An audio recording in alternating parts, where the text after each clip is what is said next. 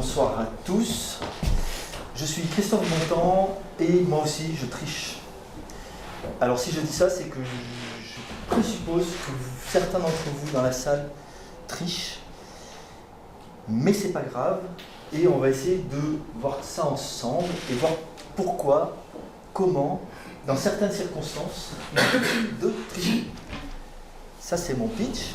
Je suis économètre, c'est-à-dire quelqu'un qui travaille sur des données économiques dans un laboratoire de recherche qui s'appelle Toulouse School of Economics. J'ai un compte Twitter, j'envoie pas mal de choses, et je travaille au quotidien avec les données et j'essaye de visualiser les données, principalement pour faire des petits tests visuels. C'est-à-dire que pour moi, la visualisation des données consiste à, d'une part, aller explorer des données qu'on ne connaît pas, trouver des relations, essayer d'explorer, de tester visuellement, et puis d'autre part à faire de la présentation, c'est-à-dire essayer de convaincre par de la présentation graphique que ce que je viens de trouver est pertinent, a du sens et statistiquement significatif, un tas de choses, de grands mots comme ça.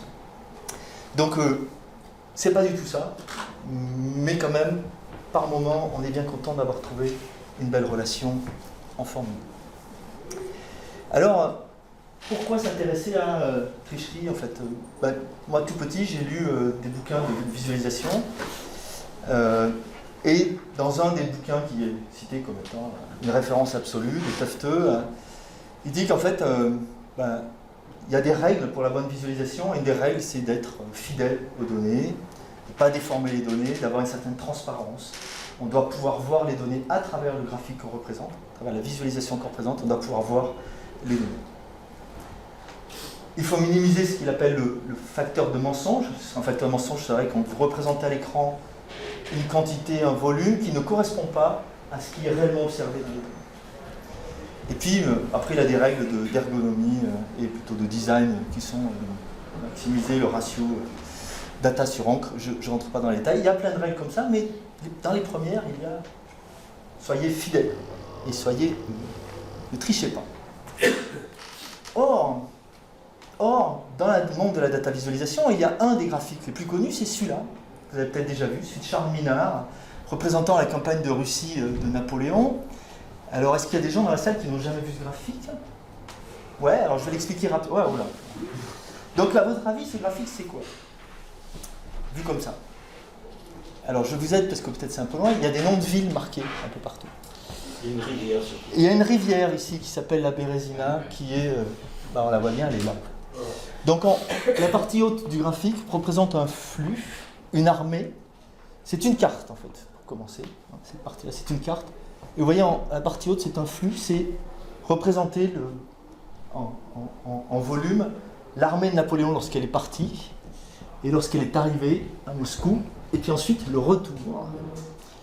L'épaisseur du trait montre le nombre d'hommes. Et donc dans ce graphique, il y a plein de choses et on pourrait en parler des heures, je vais en parler dans 1 minute.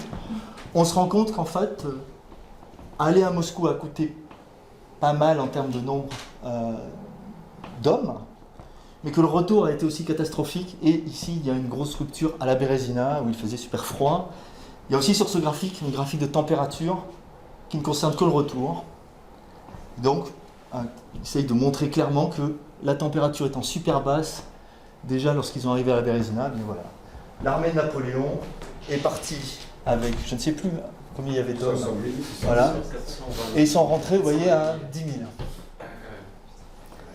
Donc, un flux, une carte, une histoire, super, c'est génial. C'est vachement bien, on comprend tout. Enfin, assez rapidement, on comprend le drame que ça a été, le retour, la Bérésina, le nombre d'hommes, etc. Et le lien avec la température sur le retour. Donc c'est le mérite de Charles Minard, qui a fait ça quand même en 1869, à la main. C'est d'abord d'avoir compilé les données, et ensuite d'avoir décidé de raconter la campagne de Russie sous la forme d'une carte et des flux. Ça rappelle d'ailleurs les flux qu'on a pu voir de Playfair aussi. C'est exactement la même époque. Sauf que ce graphique est considéré comme étant le plus beau graphique de data visualisation de l'histoire, etc. Mais ce brave Charles Minard, il est un peu comme nous tous, enfin il est surtout un peu comme moi, enfin ça c'est dit très modestement, il a triché. Alors c'est pas moi qui le dis, c'est un chercheur qui essaie de reproduire la carte de Charles Minard et qui d'une part a représenté réellement la géographie. Alors vous voyez que ça c'est une représentation avec les mêmes données, c'est les données de Minard, mais en suivant réellement la géographie, c'est-à-dire l'emplacement de l'armée de Napoléon d'après les données de Minard.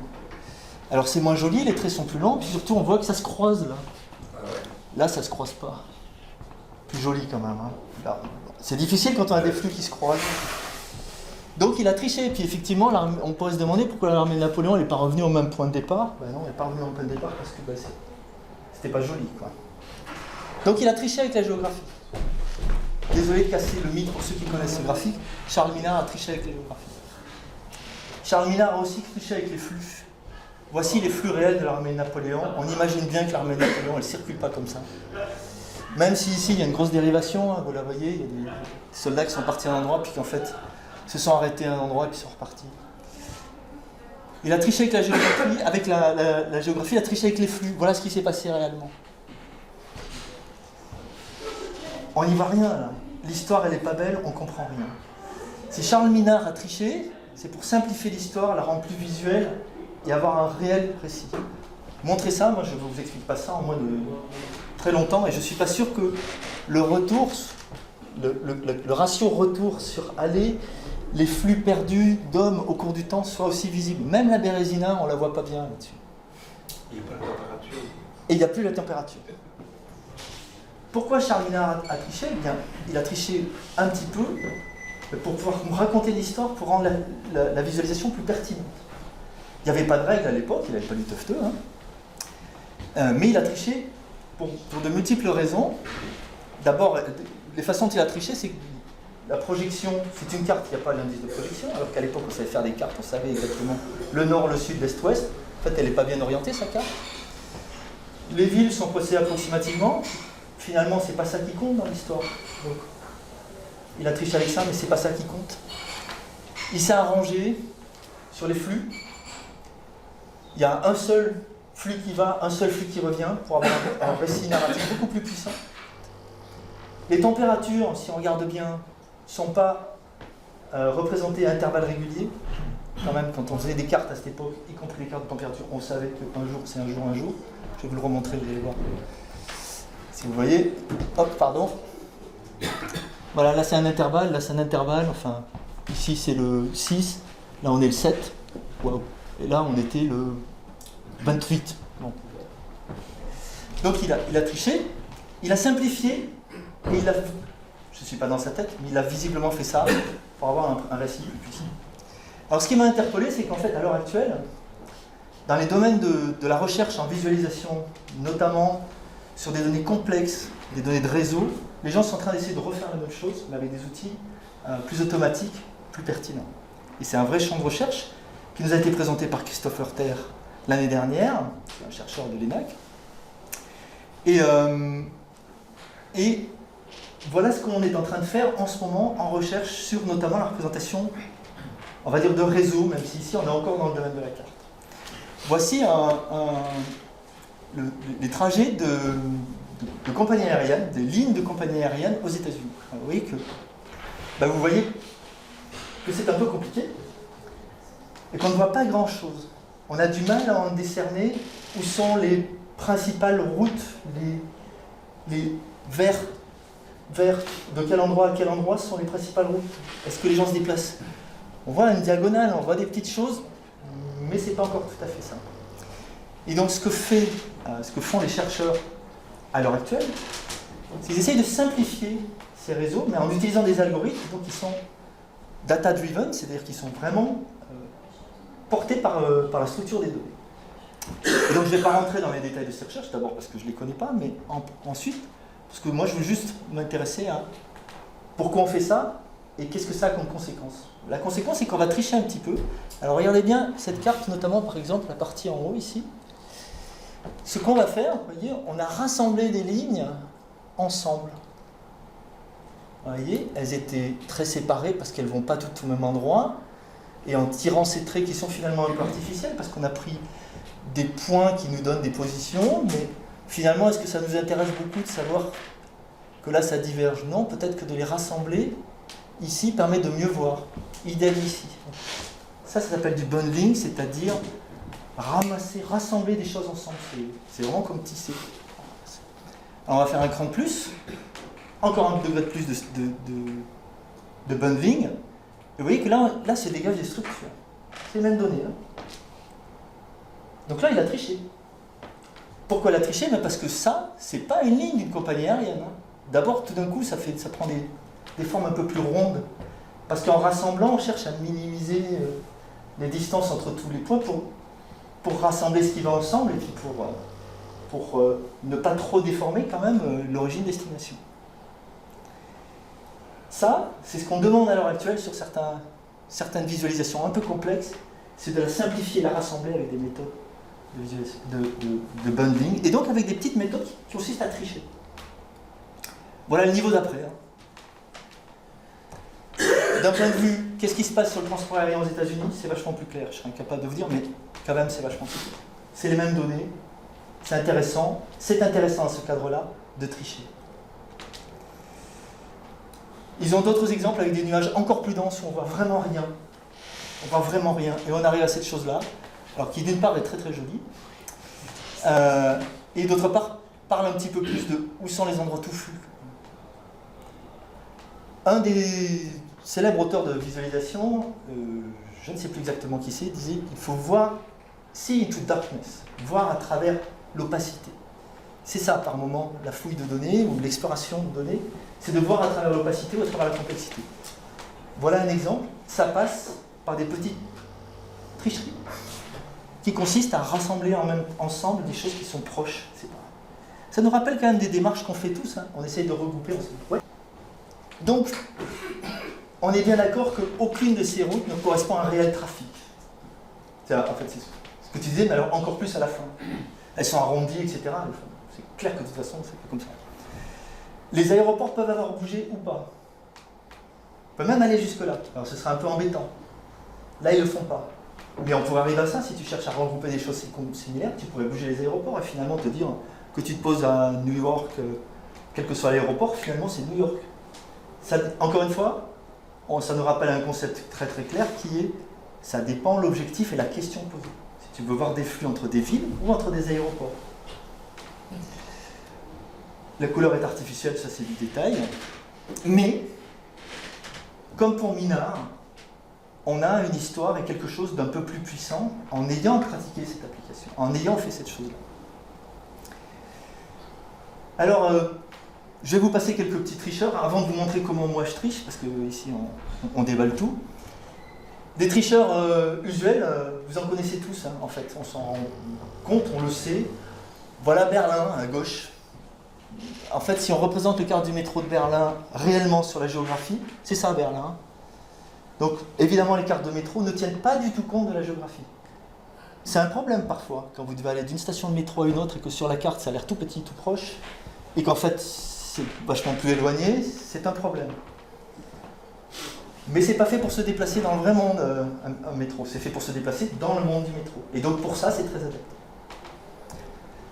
Et là, le receveur de l'information, la personne qui voit, est très clairement au courant que ce n'est pas la réalité. Tout comme vous, quand vous avez vu la carte que je vous ai montrée, de ligne aérienne, vous savez que ce n'est pas la réalité. Donc, quelque part, c'est assez franc du collier, c'est assez honnête, on sait que ça, c'est pas la topographie de Berlin. Par contre, on n'a aucune idée de ce que c'est la topographie de Berlin, et ça peut quand même poser aussi des problèmes. Alors, il y a des gens qui ont essayé de mapper le métro en faisant des déformations. Ici, je ne sais plus, je crois que c'est Washington. Ça ne marche pas du tout, hein. Il faut vraiment arriver à tout déformer. Donc, vraiment, ça, c'est des vues simplifiées de ce qui serait. Ce ne serait pas visible, et d'ailleurs, c'est moins visible, même sur Berlin. Hein. Pas super facile de s'orienter avec ça. Voilà donc. Ça, tout le monde est conscient, on triche, mais on se place dans un monde qui est celui du métro, donc tout va bien. Il y a d'autres endroits où c'est un peu plus mitigé, la zone d'ombre, où on peut avoir l'impression que ce qu'on représente, ce qu'on voit, c'est une carte. Ça n'en est pas une. C'est bientôt la saison du ski, la neige tombe. Ça, c'est une carte? Non. C'est une photo aérienne? Non. En fait, c'est une vue d'artiste, ça. D'ailleurs, la personne qui fait, une spécialiste de ça, c'est Pierre Nova, hein, qui a un vrai atelier d'artiste, et qui arrive quand même à vous montrer à la fois la face sud, la face nord, la face ouest, le remonte de pente, le restaurant, et vous donner envie de faire du ski. Parce qu'il y a de la neige au bon endroit, parce qu'il y a de la forêt, parce que... C'est une vue d'artiste. Pourtant, il y a des données dessous. Hein. Il y a de la topographie, il y a des remontées, il y a des flux, tout ce que vous voulez. Et on le sait en fait. C'est pas grave, c'est très pratique pour circuler. Par contre, si vous voulez calculer une distance entre un point A et un point B, toute la subtilité de l'art de l'artiste, c'est de faire en sorte que ce ne soit pas trop fou. Parce que quand même, vous allez y aller d'un point A à un point B en ski. Et donc ça, c'est vachement intéressant de voir que, en fait, voilà, il y a des technologies, et d'ailleurs, on n'arrive pas à reproduire ça avec des logiciels. Les cartes que vous voyez faites par des petites stations qui n'ont pas pu se payer le laboratoire Pierre Nova et qui ont fait des choses... Ben, si c'est un bon artiste, il arrive bien. Si c'est fait automatiquement, ça ne marche pas du tout. On n'arrive pas à faire ça. Donc c'est bien de voir aussi qu'il y a des choses qu'on n'arrive pas à reproduire. Alors maintenant, je vais vous montrer comment moi je triche, parce que sinon ce ne serait pas juste de taper sur les collègues et de moi pas vous dire comment je triche. Alors j'ai été amené à travailler sur des données d'un MOOC, enfin d'un cours en ligne qui génère pas mal de données. Donc les gens vont sur une plateforme, s'inscrivent, suivent des cours, qui sont des ressources, ça s'appelle des steps ici, et puis ils passent des examens. Ils passent 5 examens. Alors le premier chiffre c'est le chiffre de la semaine et le deuxième c'est à quel step ça arrive. Dans ce cours-là, il n'y a que 5 examens sur 4 semaines, donc il y en a 2 la première semaine, etc. Et puis ils ont un score. Okay, donc voilà, quand on a... C'est sur une échelle de 0 à 12, hein, chaque score. Quand on a 11, on a bien réussi. Alors la question qu'on s'est posée, c'est, mais finalement, est-ce qu'il y a un lien entre les tests au cours du temps? Est-ce que les gens qui réussissent bien le premier test réussissent bien le deuxième, réussissent bien le troisième, le quatrième? Est-ce qu'il y a des tests où les gens ont moins bien réussi, etc. Donc vous avez un tableau comme ça, vous avez 2619 individus, vous avez beaucoup plus de lignes puisque vous avez une ligne par individu et par test. Comment représenter ça? C'est fastoche. Je vais mettre mes tests horizontalement et puis mes scores verticalement. Puis je saurai où sont mes individus. Alors ce que j'ai fait, ça donne ça. Vous avez ici les tests, donc les 5 tests, premier test, deuxième, troisième, quatrième, cinquième test. Et verticalement, vous avez les scores de 0 à 12. Alors c'est chouette parce que personne n'a eu 2 ou 3 au dernier test. C'est absolument la seule chose que je peux dire sur ce graphique. Évidemment, j'ai énormément de superpositions. Il y a plein de gens qui ont eu 2 à ce test-là. Beaucoup, pas beaucoup, je ne peux pas le savoir. J'aurais pu faire autrement, hein. J'aurais pu m'y prendre mieux. Faire un jitter. Ouais, exactement. Donc faire un jitter, alors je ne sais pas si d'entre vous connaissent le jitter. Alors avant de faire un jitter, j'ai regardé la distribution des tests. En disant oui, finalement je suis statisticien, regardons les tests. Alors là c'est bien parce que je vois effectivement des boîtes à moustaches, donc avec des distributions. Ici j'ai la médiane de ce test qui est plus faible que celle de celui-là, etc. Donc je vois les tests, ceux qui ont été les mieux réussis, etc. Super. Par contre, je ne vois toujours pas les individus s'ils étaient bons au début, s'ils sont bons à la fin. Parce que le gars qui a eu une bonne note ici, je ne sais pas où il est après. Et ça m'embête. Et puis d'autre part, je ne sais pas combien j'ai de personnes ici, finalement. Je vois l'écartement, mais j'aimerais bien les voir, moi, mes individus. Donc pour les voir, effectivement, je vais tricher un peu. Donc par rapport à cette visualisation-là, je vais ajouter ici, horizontalement, une valeur complètement aléatoire à chaque point. Et puis je vais rajouter aussi un peu de transparence, c'est-à-dire que plus les points vont être transparents, plus ils vont être agglomérés les uns sur les autres, plus ça va être foncé. Là je vois déjà mieux quand même. Je vois qu'ici il n'y a pas grand monde, que là il y a, mais c'est normal puisque ma distribution elle était vachement en haut. Hein. Je commence à regarder ma distribution, elle doit se superposer normalement, pas tout à fait, voilà. Et je vois que bon, il y a plein de gens qui sont là, mais je ne les vois pas encore très bien. Je vais tricher un peu plus, je vais tricher maintenant ce coup-ci sur les notes. Ouf. C'est l'insigne suprême. Je vais donner des notes qui vont varier. Au lieu d'être 1, 2, 3, 4, 5, 6, 7, 8, 9, 12, je vais leur donner 12,1 et 11,8. C'est ce que je fais ici. Je triche sur les notes. Est-ce que ça reste visible? Est-ce que ça reste compréhensible? Bah, si je vous l'explique, oui.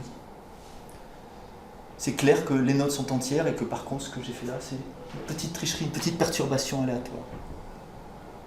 Alors, je peux le faire évidemment dans les 2 dimensions, et là, ça devient beaucoup plus clair. Voilà où sont mes individus. Donc, j'en ai pas mal autour de 12, 11, 10, 9. Après, on voit que, voilà. Ici, ils sont pratiquement tous à 12, 11. Ici, ils sont près de la médiane. Vous voyez, c'est très clairsemé, en fait. Hein. Là, ils sont tous là, je n'ai personne en dessous. Les boîtes à moustaches, comme son nom l'indique, c'est une boîte. On ne voit pas ce qu'il y a dans la boîte. Ce qu'il y a dans la boîte, c'est ça. Et puis ici, j'ai pas grand monde et c'est très dispersé. En trichant, j'ai ouvert les boîtes, j'ai vu à travers l'obscurité de la superposition. J'ai triché. Bon, alors ça c'est bien gentil parce que tout le monde sait le faire, on le fait, mais est-ce que je peux le faire dans d'autres circonstances? Ben oui, moi je veux voir le score de chaque individu au cours du temps. Sur les différents scores.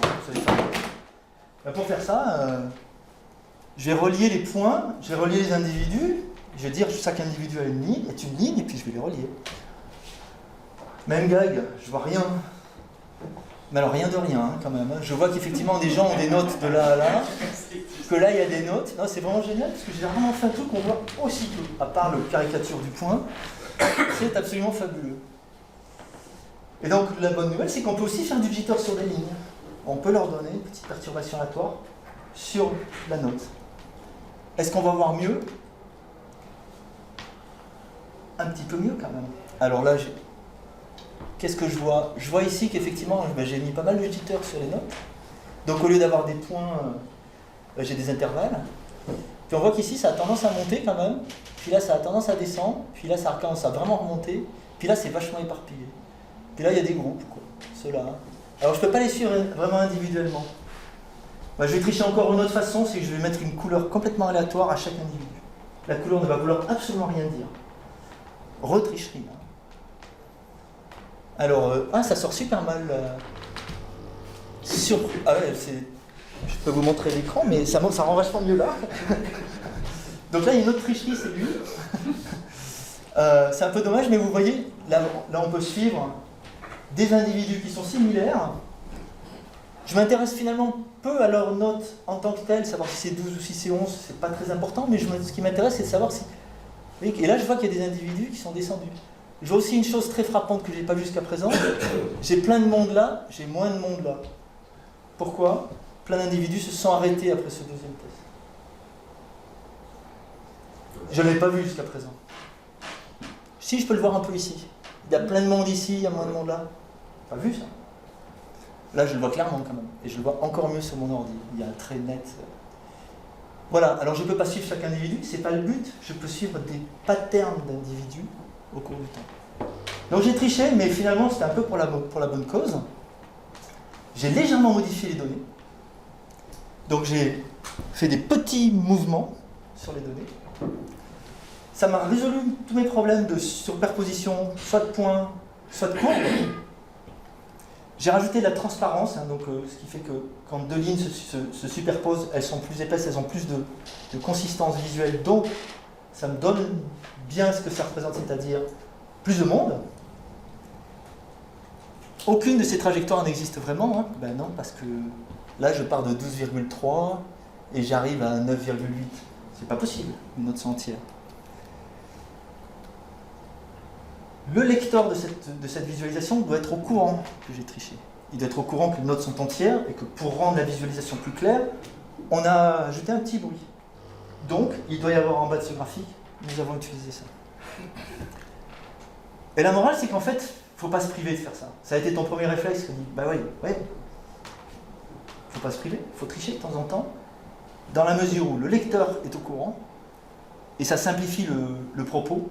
Ça permet de raconter une histoire beaucoup plus claire que si on n'avait pas triché. Voilà, c'est tout ce que j'avais à vous dire pour ce soir sur ce petit sujet.